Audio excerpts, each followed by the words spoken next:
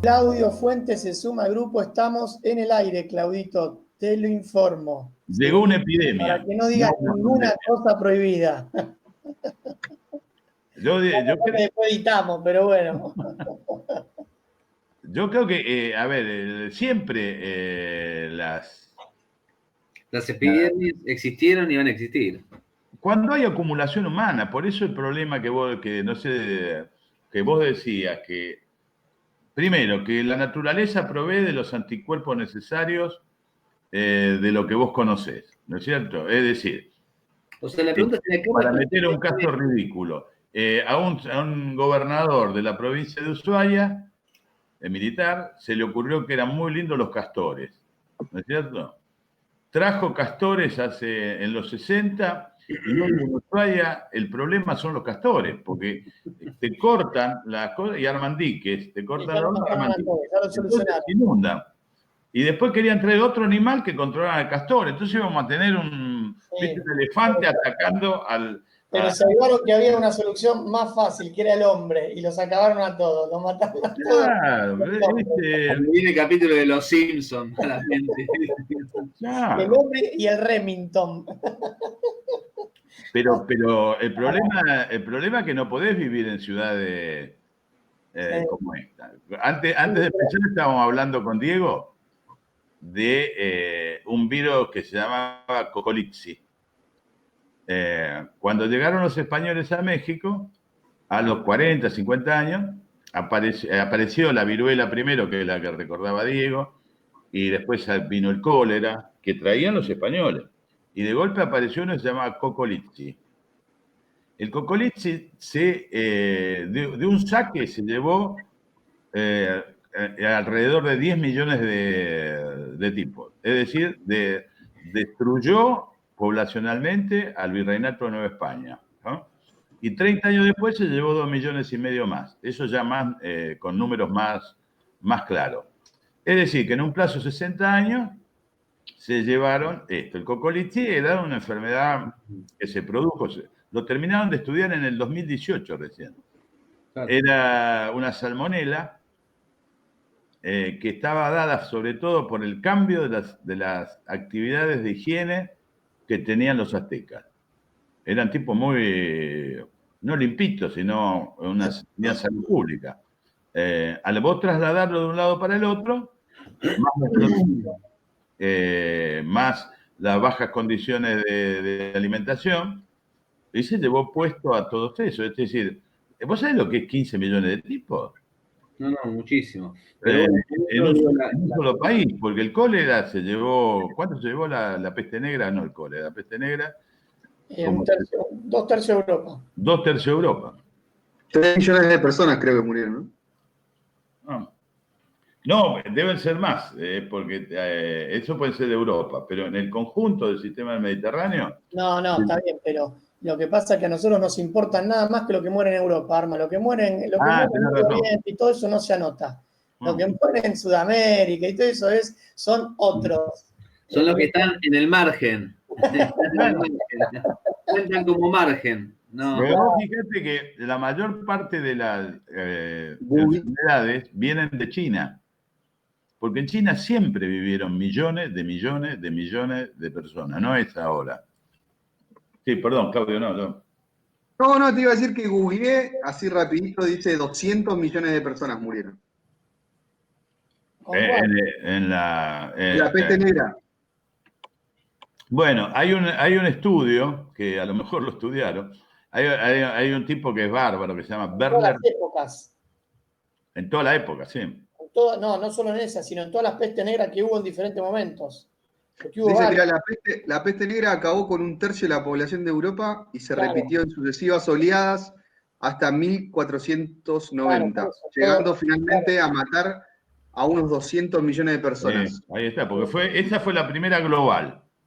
Que era el renacentismo, y ahí empezamos a subir para arriba. No fue, el problema es que no fue en el Renacimiento, fue... No, hasta ahí, 1490, dijo más o menos. Sí, terminó el Renacimiento, pero eso fue en la Edad Media más te diría que estaba más desarrollada la nueva experiencia de Europa Occidental. Y una de las causas del nacimiento del capitalismo financiero, como dice Werner Sombart, fue la peste negra. Porque no solo se murieron los pobres, se murieron los tipos ricos. Y aparecieron fortunas por todos lados. Y aparecieron, en los bancos aparecían fortunas depositadas. Sí. Y eso fue lo que llevó a lo que se llamó el préstamo de la deuda soberana. Le dieron guita a los reyes, los Rothschild, por ejemplo, es un producto de este proceso. En Inglaterra hay una calle que se llama Lombard Street, la calle de los lombardos.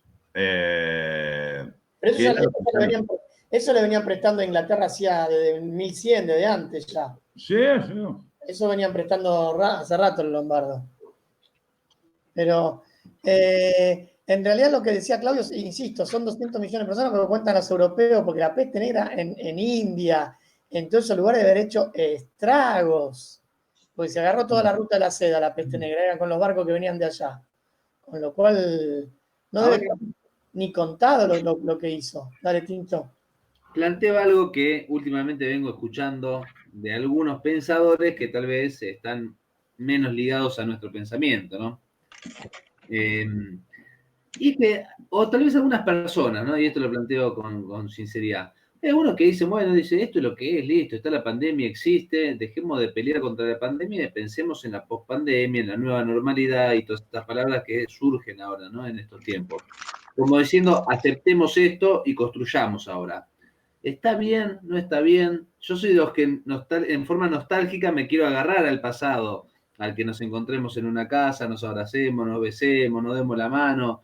Y hay otros que dicen, no, hay que construir otro mundo, el nuevo mundo, la nueva normalidad y la pospandemia con esto. Bueno, y esta es la normalidad. Veámonos por cámara, por Zoom, sigamos trabajando, sigamos para adelante, sigamos con las clases así, sigamos. Sí. ¿Qué está bien, qué no? ¿Cuál es el medio, el límite? Sí, estaría bárbaro, estuviera bárbaro si todos tendrían acceso a internet, por ejemplo, para ir al cole.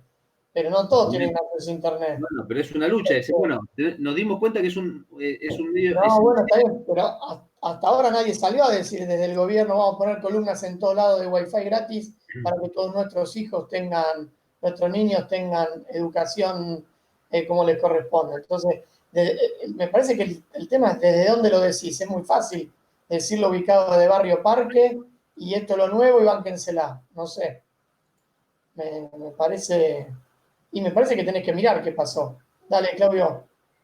No, yo en relación a eso sí soy súper crítico. Me parece que el tema de la conectividad es muy serio. Hay muchos chicos que no han podido seguir con la escuela. Son millones, no son algunos poquitos. Hay muchos pibes que no han podido acceder y que se hicieron algunos dispositivos de cuadernillos en formato papel para hacer llegárselos a las familias, pero el tema era el siguiente, y miren lo rudimentario de la situación de la Argentina respecto a esto. Vos te llevabas el cuadernillo a tu casa, lo ibas a buscar a la escuela o te lo hacían llegar dependiendo del municipio, vos te ponías a hacerlo como podías, le sacabas una foto y se la tenías que mandar a la maestra o al profesor para que te lo corrija. Y el tema es, son millones los que no tienen teléfono para sacar una foto y poder mandar a través de WhatsApp o a través de alguna plataforma esa foto de eso. Entonces, no solamente no podían acceder a través del tema de la conectividad, sino que de tener clases por Zoom y eso, o sea, es imposible. Olvídate. Imposible. Y bueno, menos. Claudio, que quede afuera. Listo. Sí. No, bueno, pero suponete, la lucha esta es ahora para que Internet sea declarado como un servicio esencial, en donde el Estado tiene que garantizar la señal de Internet, que, a ver, me parece perfecto y me parece bien, y es una nueva lucha que se da en el marco de esta pandemia. Ahora, ¿aceptamos esto que como algo que llegó para quedarse? Y que son los que te dicen, ahora es el COVID, en 1, en 2, en 5 años va a ser otra cosa, entonces, ¿aceptemos a manejarnos de esta forma? Jorge. Perdón. No, mirá, eso no depende. Pilar para Claudio, que se le corte internet. Desapareció Claudio. Sí, porque eso no, es una defensa virósica porque está hablando con gente tan lejos de Pilar. Mirá, yo lo que creo es que no es que nosotros decidamos cómo va a ser. Este es un compleja situación que es la construcción de los nuevos tiempos. No es que me levanto una mañana y digo, no, estoy totalmente de acuerdo con que mis hijos o mi familia vaya por educación virtual. Digo, yo de hecho, y algunas anécdotas, yo tengo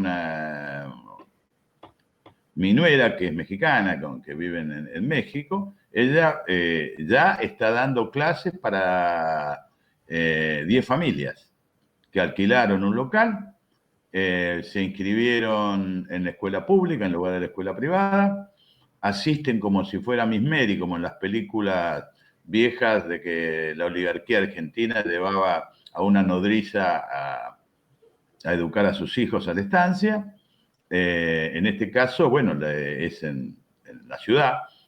Tiene alrededor de en primaria de 10 alumnos y en la secundaria a la tarde 10 alumnos, con lo cual los preparan y tienen una educación como que la que Aristóteles le dio a Alejandro y sus amigos, alejandrina. Esto marca situaciones de clase distintas, ¿no es cierto? Que es lo que decía recién Claudio. Entonces, eso no lo va a decidir una persona o un grupo de personas o solo el Estado, ¿no? Estos son procesos históricos muy complejos. Los docentes, por ejemplo, de una mega universidad como la UBA, ¿van a aceptar todos dar clase por la forma virtual, cuando vos tenés que una cátedra está constituida por alrededor de 15, 20 docentes? Muchos se van a quedar en el camino, a no ser que les sigan pagando, no, pero porque les van a pagar. No sé, a mí me parece que tu pregunta es de muy difícil resolución porque es como la misma pregunta que se podían hacer allá después de la peste negra. Claro, bueno, pero... Dale, Tincho, perdón. Dale. No, digo, hay muchas cosas, suponete, la historia mostró que después de muchas virus, pestes y demás, las ciudades cambiaron. O sea, cambiaron la peatonalización, hicieron plazas más grandes, calles más grandes, sacaron a la gente a los márgenes. Hubo cambios radicales estructurales, ¿no? Acá digo, hay gente que se está planteando, dice, bueno, va a pasar esto, va a llegar la vacuna contra el COVID, pero no podemos seguir viviendo así, te dicen algunos. No podemos, tal vez, y sería algo lógico, que todos viajen en el subte así apretados y uno con otro que estás a 20 centímetros una cara de la otra. Y sí, tal vez eso sea lógico, ¿no?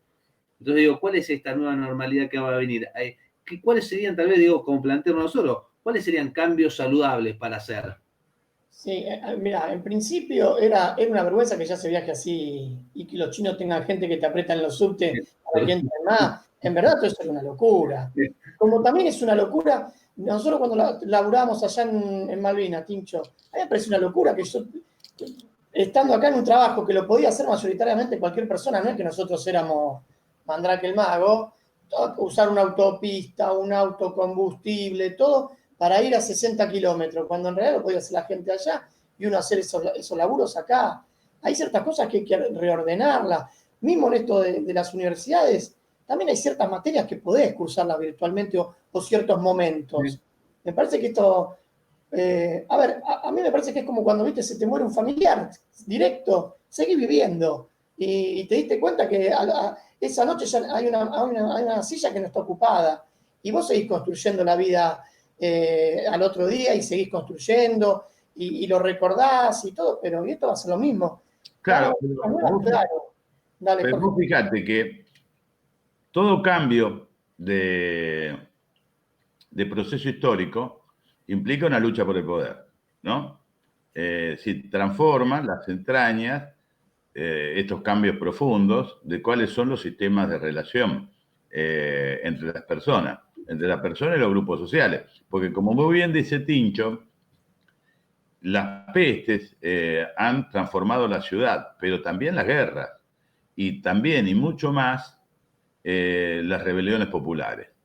Es decir, cuando los franceses abrieron París, hicieron les Champs-Élysées, e hicieron las grandes avenidas, de la cual copiamos nosotros, era la formación del ejército de 24 personas, que eran las que desfilaban y podían correr rápidamente por esa calle porque habían tenido 2 comunas en París, entre el 1840 y pico, 46, 48 y 1870.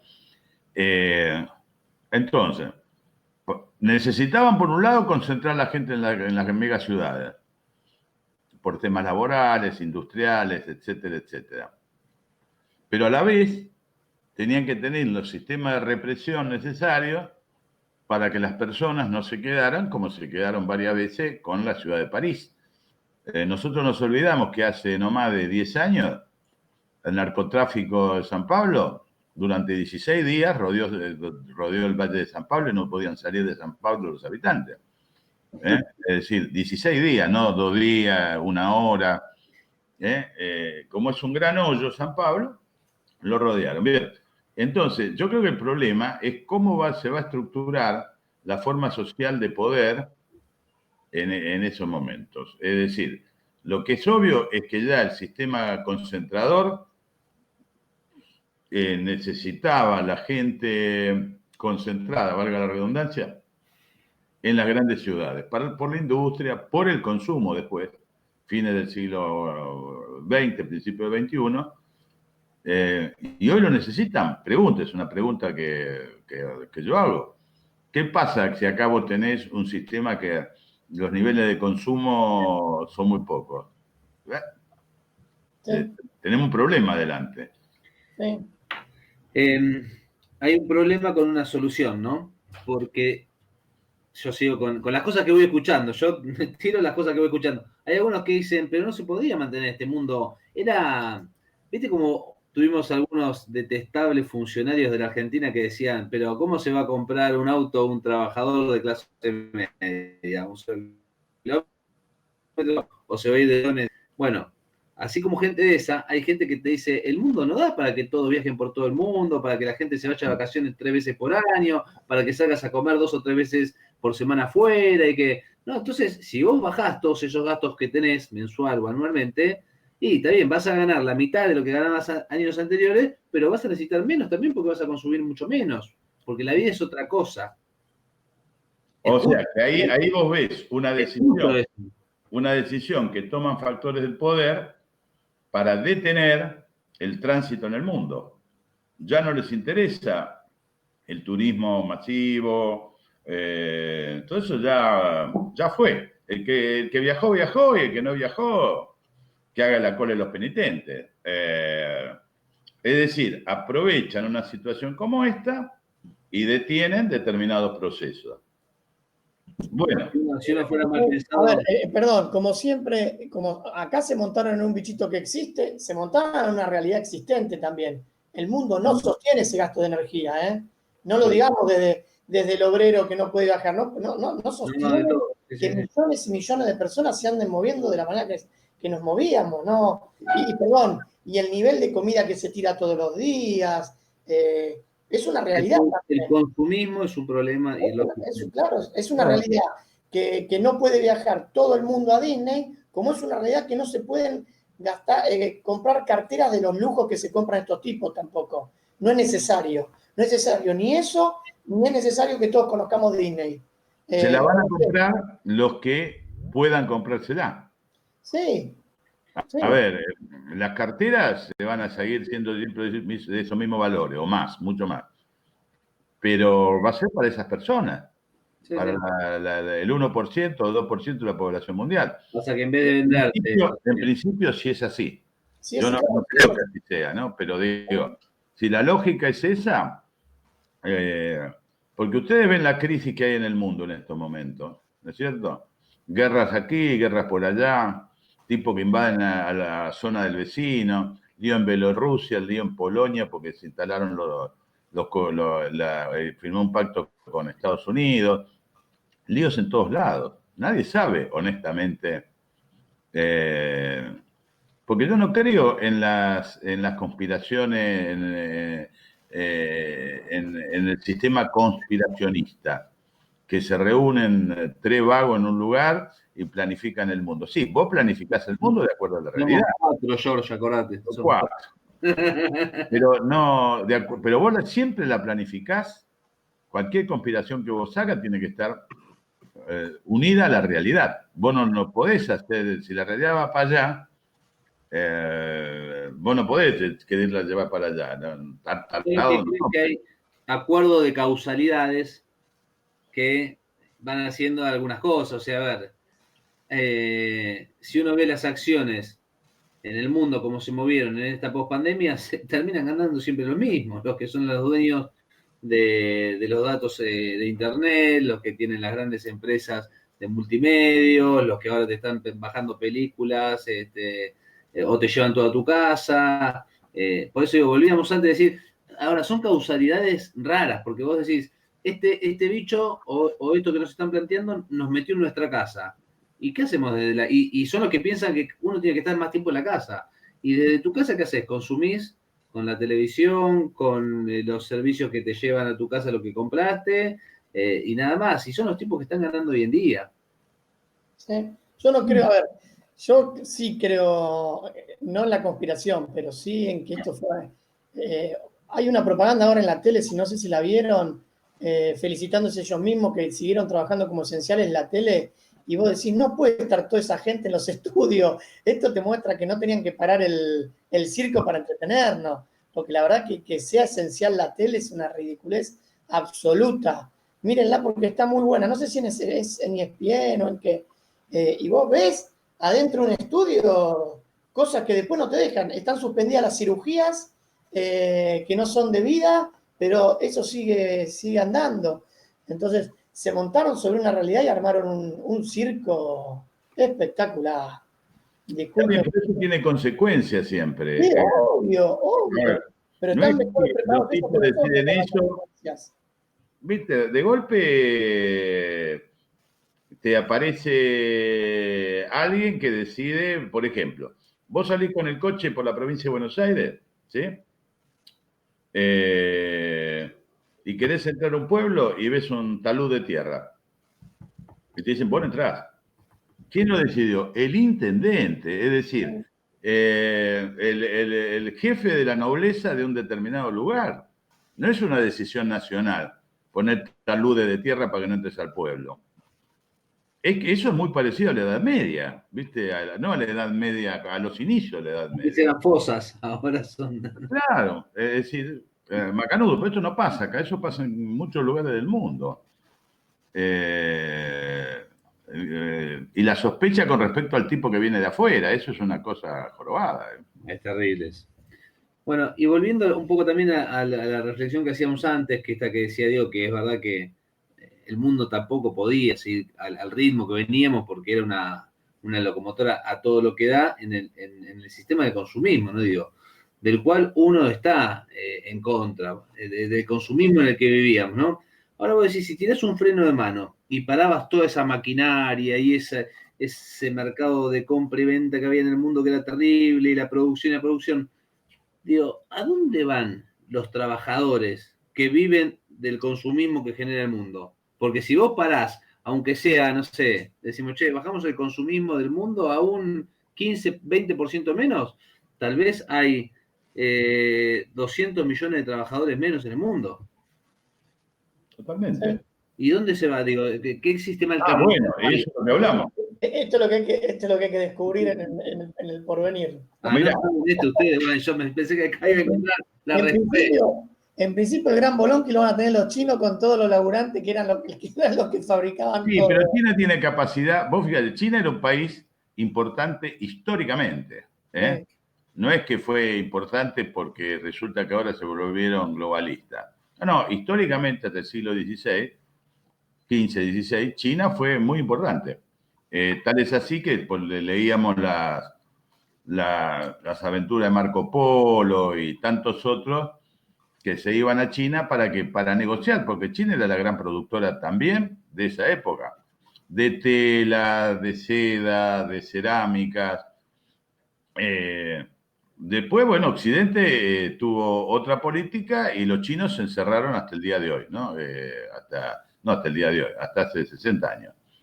Los tenían, le marcaban la cancha todos los días, hasta que hicieron una guerra para que fumen opio.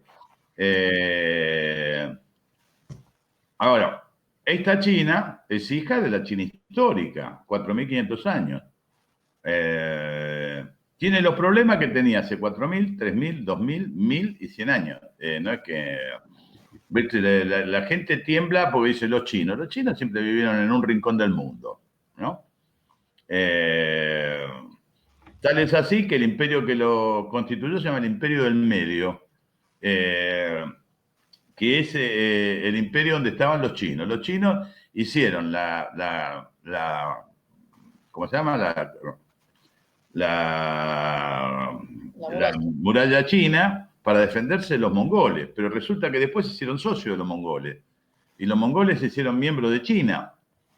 Entonces esa muralla quedó adentro de China, es decir, los Qing se aliaron con los mongoles y algún mongol algunos cuantos fueron emperadores de China.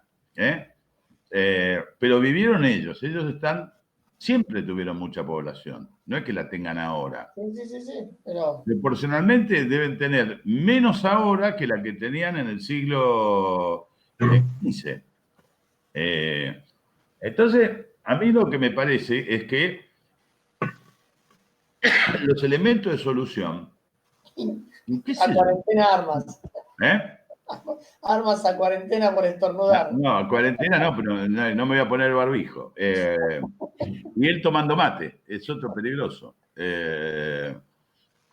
A mí me parece que, como dice el Papa, ¿no? El Papa tiene una muy buena... Dice, evidentemente, desde el punto de vista de la salud, el problema es la pandemia, ¿sí?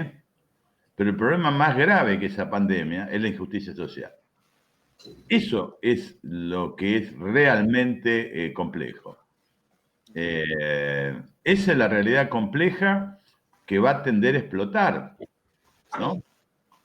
Es decir, los países centrales vivían gracias a la plata de los tributos que le pagábamos los pueblos periféricos, digamos. ¿Hoy qué va a pasar?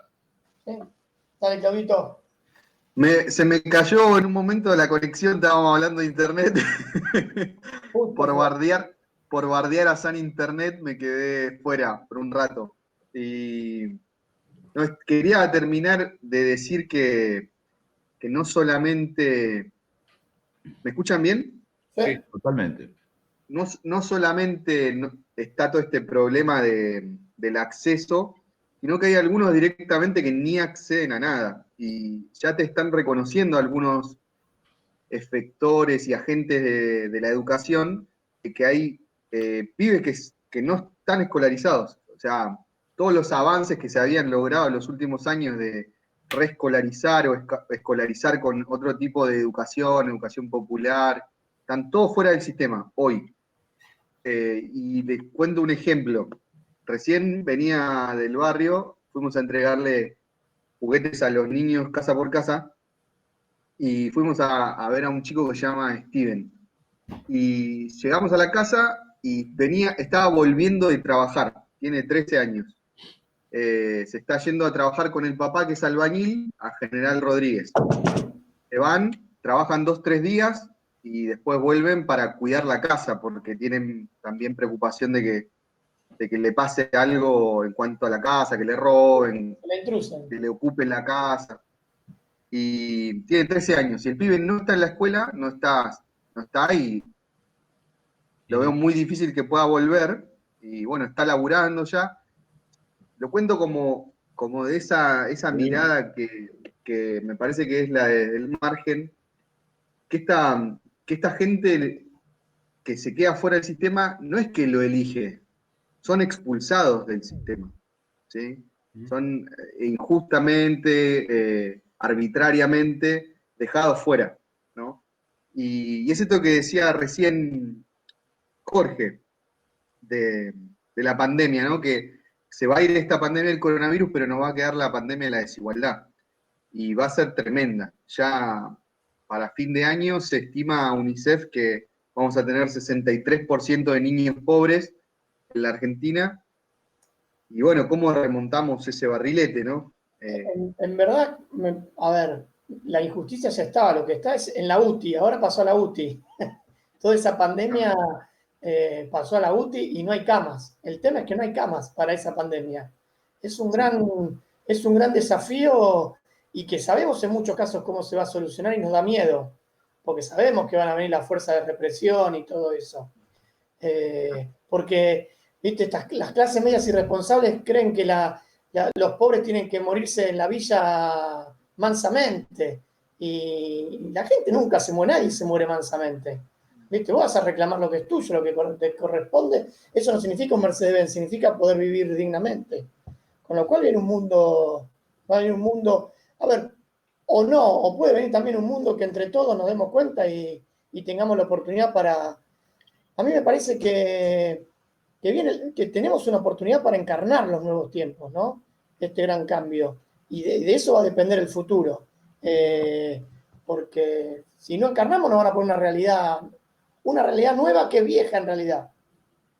Claro, vos fijate que el sistema educativo, con lo que decía Claudio, el sistema como sistema, empezó a montar en la ley 1420, ¿sí?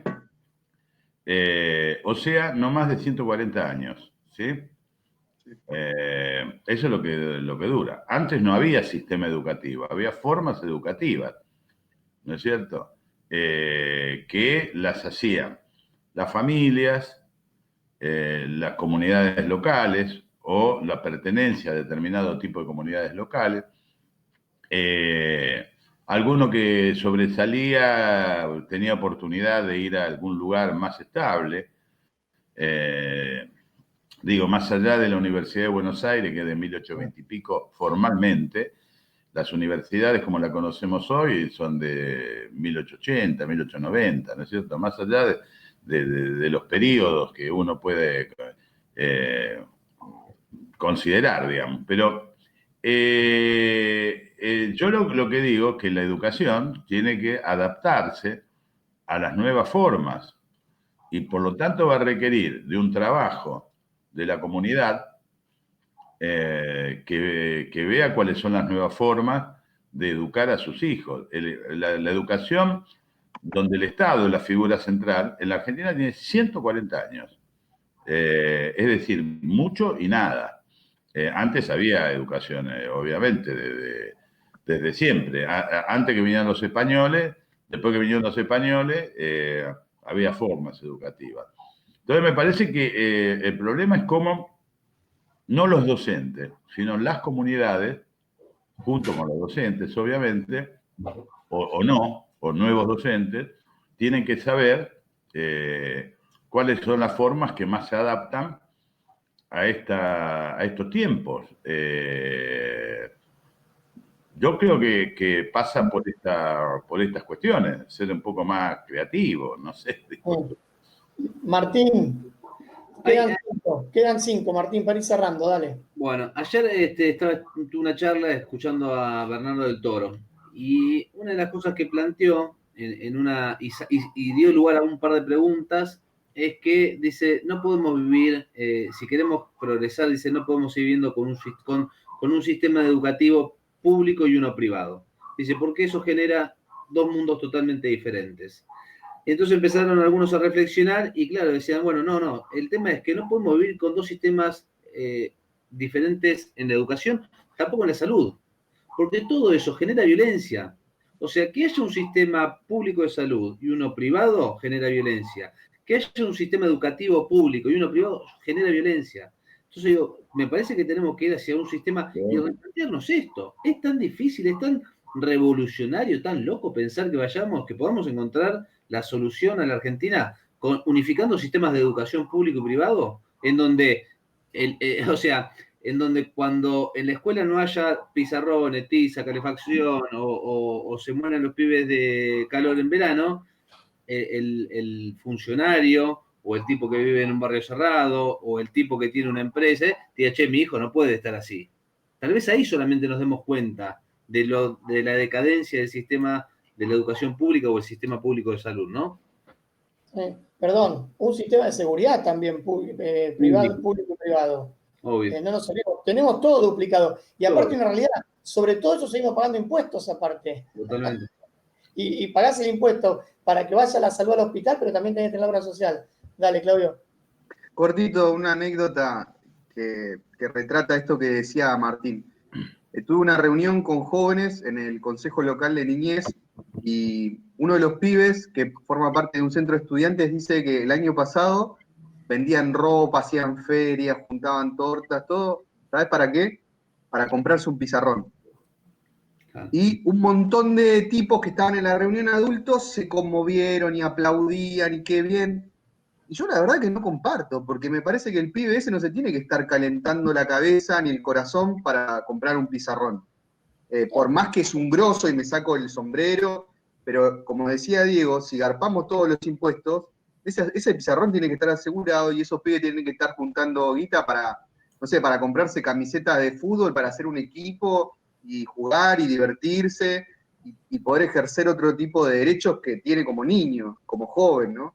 Eso Ahora, perdón, digo, completando esto que vos decís, hay una hermosa canción de Atahualpa Yupanqui, que en estas situaciones de crisis es muy útil, que dice, el caballo tira para adelante y el alma tira para atrás. Si vos estás pensando en los paradigmas, en el lugar de donde se piensa, ¿no? Si uno piensa en los paradigmas de lo que vivió, está totalmente confundido. Uno, lo serio, lo responsable, lo adulto, es pensar con lo que tenés, con la situación que vivís, ¿no es cierto? Es decir, si vos vivís una situación que de golpe te invade un ejército extranjero y vos decidís seguir con tu propia cultura, vas a tener que reaccionar de una manera como muchos pueblos reaccionaron en los procesos históricos y una forma educativa distinta, ¿no es cierto? Hoy la forma educativa distinta que hay es que el chico volvió a su casa, ¿no es cierto? Es decir, objetivamente, porque puede ser que a la inversa podemos tener aire acondicionado, todo, pero no tengamos alumnos. Viste, cuando vos tenés, como la UNESCO, y creo que lo hablamos alguna vez acá, la UNESCO no, perdón, Naciones Unidas dice que el 60% de 55% de los alumnos del secundario dejó de ir a la escuela, 55%, desde diciembre del año pasado. Ese es un shock en la vida de un adolescente muy grave. Es decir, todos estamos vinculados de alguna manera o estuvimos vinculados a educación, a la educación sistémica. Y vos sabés que ese tipo, ese chico, esa chica, cuando deja un año de ir a la escuela, no es muy fácil arrancar después. Entonces, el problema que se nos presenta a los adultos es decir, bueno, ¿y qué hacemos? ¿Es un problema del Estado? No, es un problema de los adultos de una nación. ¿Viste? Porque si todos creen que vamos a volver a lo de antes, está claro, por un montón de cosas que se hablan permanentemente en la mesa, para atrás no vamos. Entonces, pero el caballo, que es la historia, sigue tirando para adelante. Y nosotros seguimos con los modelos que tiran para atrás. Ese es el problema en el cual nos encontramos nosotros. Lo mismo el sistema de salud, lo mismo el sistema educativo, el sistema cultural. Todas esas cosas son las que están ya en la mesa de la decisión histórica y nosotros todavía podemos pensar, porque así se pensaba, que el Estado iba a solucionar todo. Y el Estado no puede solucionar los problemas. Lo tiene que solucionar la comunidad, la sociedad, el municipio, lo que está cerca de nosotros. Yo creo que es eso, es decir, a veces nosotros tenemos un método de análisis que la nueva normalidad es algo parecido a lo que fue la vieja normalidad. ¿Quién lo dijo? Sí. La A mí, televisión. sí. A mí hay cierta parte de los yanquis que me gusta en cuanto a eso de la comunidad. Que vas a las universidades, todo, a los colegios, o ves como los tipos devuelven lo que han hecho de su trabajo, todo devuelven en obras, devuelven en poner guita anualmente. En eso me parece que hay una experiencia a aprender de ese modelo de devolución. Los teatros están mayoritariamente puestos con guita de ellos, los museos. Vos tenés museos en cualquier parte, no tenés museos solo en Nueva York. Tenés el Museo del Rock, el más importante de Estados Unidos, que no está en ninguna de las grandes ciudades. Tenés grandes, porque de repente un tipo se le ocurrió donarlo y ponerlo ahí. Entonces ahí comunalmente me parece que tiene algunas cosas piolas para copiar, obviamente con la impronta nuestra, ¿no? Alguien más porque después el que edita soy yo, y si hacemos 2 horas el que se mata editando, así que vamos cortando. Pero vos fijate una cosa. Dale. En el 2001, las grandes y medianas ciudades de la Argentina se proveyeron gracias a unos miembros históricos de nuestra nación que están en otro estado que Bolivia. Gracias a la migración boliviana, nosotros nos vestimos, nosotros compramos en las famosas ferias bolivianas que ahora quedaron como feria de ofertas, y reconstituimos la industria textil, ¿no es cierto? O sea, la industria básica, una de las industrias básicas. Entonces, a mí lo que me parece es que este tipo de pueblos que saben vivir en las peores trasladan mecanismos, formas de abastecimiento, líneas logísticas, etcétera, etcétera, capacidad comercial, capacidad productiva, las instalan y no necesitaron del INTA para que les diga qué se podía producir en las grandes chacras, en las chacras que tienen ellos en los alrededores de las grandes ciudades. Yo lo que digo es, eso es memoria histórica. Eso es memoria histórica. Un tipo argentino no sabe hacer eso. Un tipo de una gran ciudad, perdón, no sabe hacer eso. No reacciona rápidamente. No, claro. No. Es más, no reaccionamos en el 2001 nosotros mucho. No, reaccionaron ellos. Hablando nosotros reaccionamos con el trueque, ¿no? Que fue una buena salida. Una buena movida, sí. Una buena movida. Pero cuando el nivel de abastecimiento y el nivel de disgregación de esa crisis fue muy grande, quedó ahí el trueque. Porque vino la vivada, porque vino en la fotocopiadora de la esquina sacamos los billetitos. En cambio los bolivianos no hicieron eso. Hay una buena imagen que pones vos, que pusiste varias veces en las reuniones, esto de que agradecerle a los bolivianos y a los paraguayos que nuestras villas son de ladrillo, porque los nuestros las siguen haciendo de cartón. Claro. En ese sentido, es una imagen muy buena, porque yo tengo el recuerdo de chico, cuando las comunidades bolivianas y paraguayas no estaban en la villa, que eran de cartón, eran de cualquier cosa menos, y los tipos vinieron y empezaban a construir, que con Martín les hacíamos los cursos hacia Malvinas, de la Boca, aprendieron ahí. Pero esa imagen está buena, como esos pueblos que muchas veces se los critican son los que nos dieron, en realidad, nos levantaron un poco la calidad de vida a los nuestros, a los propios. Claro, los europeos, como otro ejemplo, los migrantes europeos que no venían, no eran duques, condes, ni nada de eso, cuando vinieron a este país, allá a fines del siglo XIX, principios del siglo XX, todos sabían hacer ladrillos. No. Todos sabían trabajar en comunidad para hacer las casas con el otro. Y entonces no fueron arquitectos a construir las ciudades del interior del país en la Argentina. No. Fueron ellos. Es decir, realmente... Por eso son de un piso, ¿viste? Que son todas Claro. de un piso las casas, ¿no? Claro. No hay riesgo.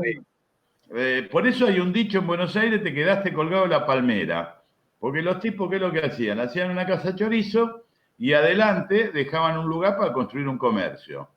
Como no tenían guita como para terminar eso, adelante ponían una palmera. Esas palmeras largas todavía hay en la ciudad de Buenos Aires. Sobre todo en los barrios viejos, Palermo. Hay palmeras grandes, porque nunca pudieron hacer el comercio. O porque no pudieron económicamente, o porque el comercio se expandió de otra manera. Antes vos hacías tu casita en Italia, en Galicia, en cualquier lugar, y si tenías algo para vender, ponías un bolichongui. Al principio no lo tenían y después no lo necesitaban. Antes tenían gallinas, pero esa era la casa típica del migrante. Bueno, semana próxima seguimos. Dale, Martín. Digo, podríamos hacer una forma de cerrar, ¿no? Como solíamos cerrar nosotros, tal vez con alguna frase, con algún pedido. Yo te tiro el primero, digo. O con un brindis. La lástima que ahora no tenemos nada en la mano, pero sí. Con una petición. A ver, que el nuevo paradigma que hablaba Jorge, o que la nueva normalidad que viene, o que el mundo que nos vamos a encontrar, ojalá que consiga la solución para matar el virus de la injusticia social, como dijo el Papa Francisco, y porque este virus del COVID será pasajero, pero el que venimos arrastrando hace décadas y décadas y vamos a seguir arrastrando para adelante es el de la injusticia. Así que bueno. Dale. ¿Vos, Jorge, algo? No, acompañando lo que dice Martín. El hombre migra, ¿no? Como migraron nuestros abuelos, como migran los de los pueblos vecinos. El tema básico es esa profunda aceptación de que nosotros somos terrícolas, no digo por los viajes al exterior, sino porque si no estás vinculado a la tierra, con todo lo que ello implica, ¿no es cierto? Las relaciones, los afectos, todo eso somos aéreos y virtuales. Y yo puedo hablar con un chino, y por ahí hasta somos amigos, pero con un chino. Entonces, creo que me parece que la solidaridad de la comunidad donde uno está instalado pasa a ser un elemento terrícola central. No hay otra alternativa. Yo siguiendo porque seamos mucho más los que protagonicemos el cambio, que nos tiremos arriba, así que le pongamos nuestra impronta a lo que viene. Me parece que es algo esencial. Bueno, lo seguimos. Bueno, mañana nos juntamos. Listo. Y sacamos algo y después nos juntamos la semana que viene. Bueno, un abrazo grande. Chao. Un abrazo a todos. Chao, chao.